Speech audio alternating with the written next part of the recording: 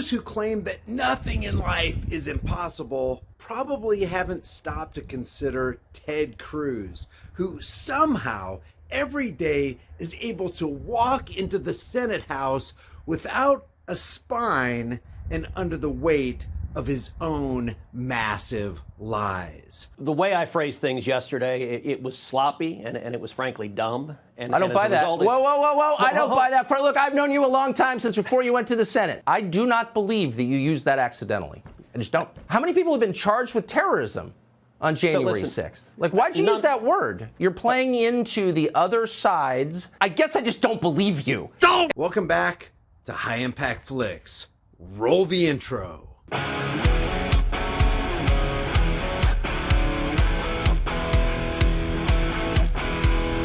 Hey guys, one of the reasons I promote things on my channel is because I use them. And I use them because I believe they benefit me. They help promote strength, endurance, and energy. Energy? I give you some freaking energy around here. A lot of nature's top fruits and vegetables that support a healthy heart, circulatory system, and high energy happen to be red. So come on, spit it out. Where do we get some of this red stuff? I drink Eternal Reds because it's got 8 specific foods that promotes energy. And these foods would be costly and time consuming to get in your typical diet. So click the link in the description and grab some energy. All right, the other day we heard Camel Toe Harris refer to what happened on January 6, 2021 as tantamount to what took place at Pearl Harbor in 1941 and what happened in New York in 2001. She and most, if not all, the Democrats and fake stream media call the January 6th unarmed guided frat party tour, complete with smiling insurgents taking selfies and posting their dastardly deeds on social media. They refer to that as an insurrection and one of the most horrific acts of terrorism ever perpetrated on American soil. Never mind the fact that from the Capitol building in D.C., where this supposed terrorist attack and insurrection took place, yes, that Capitol building is the home of the very legislators who, left and right, Republican and Democrat, it doesn't matter, have been on a wild spending spree, throwing trillions upon trillions of dollars into the pockets of the banksters and corporate elite, filling the coffers of the war machine, expanding the military-industrial complex, enriching defense contractors, and killing millions and millions of people across the world in the name of democracy. So never mind the irony that the supreme global terrorists, those who operate out of Washington's District of Criminals, are crying about some little reportedly FBI-led skirmish where Capitol Police seem to assist the vandalism party in breaking some windows, stealing a podium or two, and plopping their boots on the desk of political parasites. Now we have Ted Cruz saying the exact same thing. Take it away, Goldman Sachs-owned puppet. We are approaching a solemn anniversary this week, and it is an anniversary of a violent terrorist attack on the Capitol, where we saw the men and women of law enforcement demonstrate incredible courage, incredible bravery, risk their lives to defend the men and women who serve in this Capitol. Now, we know that the propaganda arm for the military-industrial complex, Fox News, who happens to be owned by the same entities who own the Communist News Network, MSLSD, and all the other CIA-infiltrated fake stream media outlets, and that would be Vanguard, State Street, and BlackRock, are nothing but distract, deceive, and divide machines. Having said that, this interaction between Cruz and Tucker Carlson is very interesting and serves to demonstrate the jellyfish-spined, sniveling, weaselly character of not only Ted Cruz, but every politician who claims to represent the people.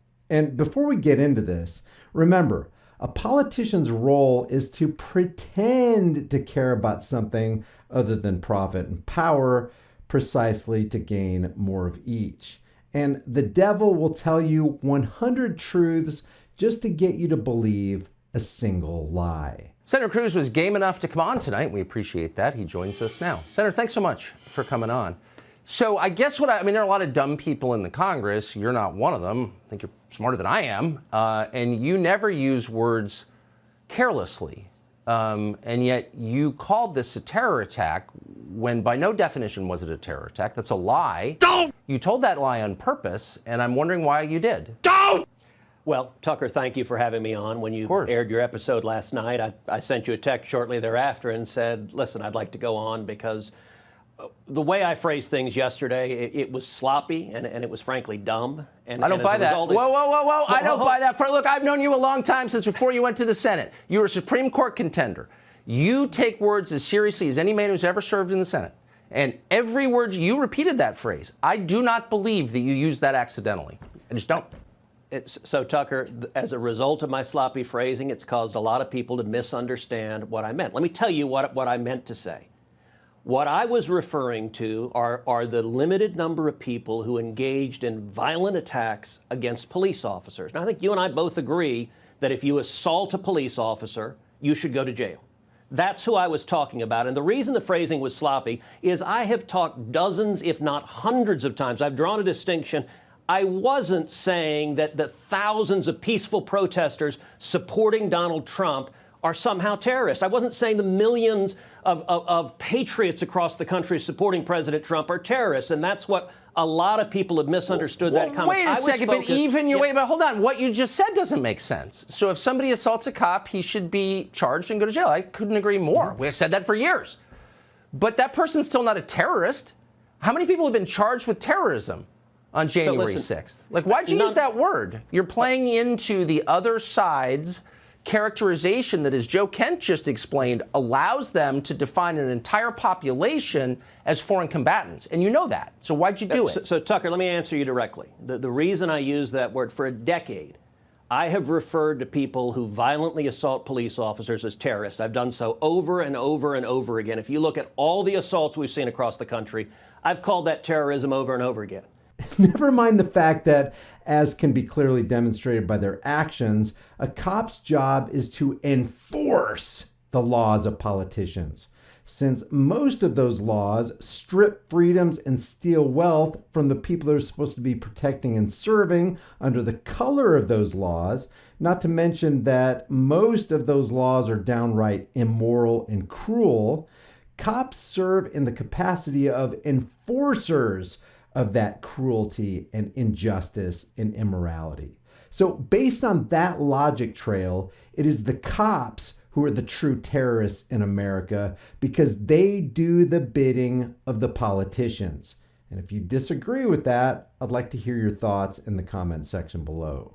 That being said, Tucker, I agree with you. It was a mistake to say that yesterday, and the reason is what you just said, which is we've now had a year of Democrats in the media twisting words and trying to say that all of us are terrorists, trying to say you're a terrorist, I'm a terrorist. And so, look, I don't like people who assault cops, and I stand up and defend cops.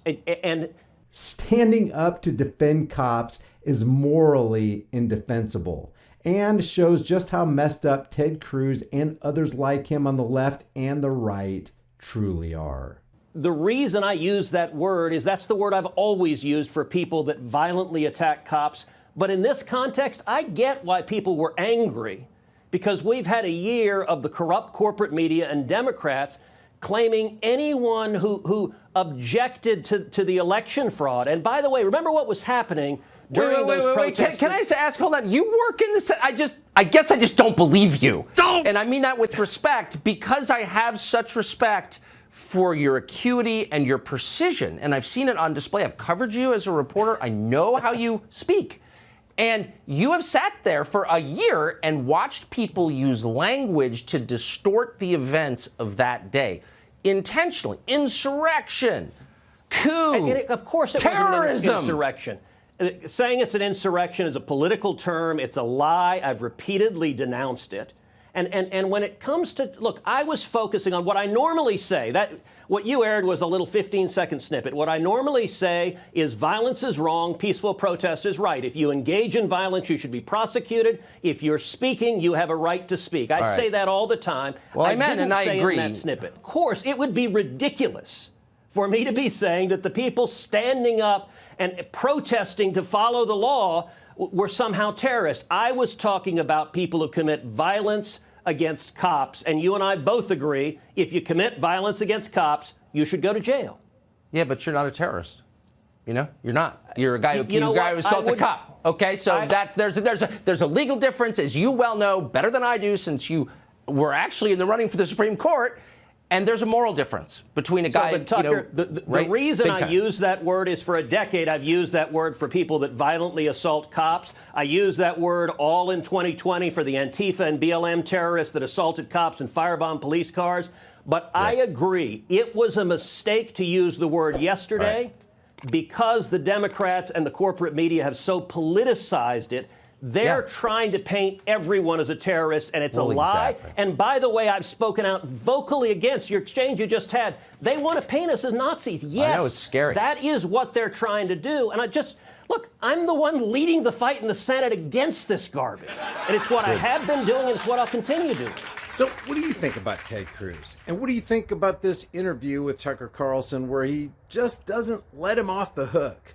Leave your thoughts about this for the world and the global thought police in the comment section below. If you haven't done so already, subscribe to the channel, hit the bell notification icon so that whenever I upload videos, you can be alerted to the new content. Give this video a thumbs up, share it with everybody you know, and don't forget to subscribe to my private email list through my website, highimpactflix.com. And if you want to support the channel further, grab one of these hard-hitting, conversation-starting designs that you can put on any shirt, hoodie, mug, hat, whatever you want. I'll see you guys in the next heavily censored shadow ban video. Hey guys, we know with the way things have been going, it can get really interesting really quick. So make sure you and your family have a long-term storable food supply. Support the channel and get $50 off with my link in the description while you still can.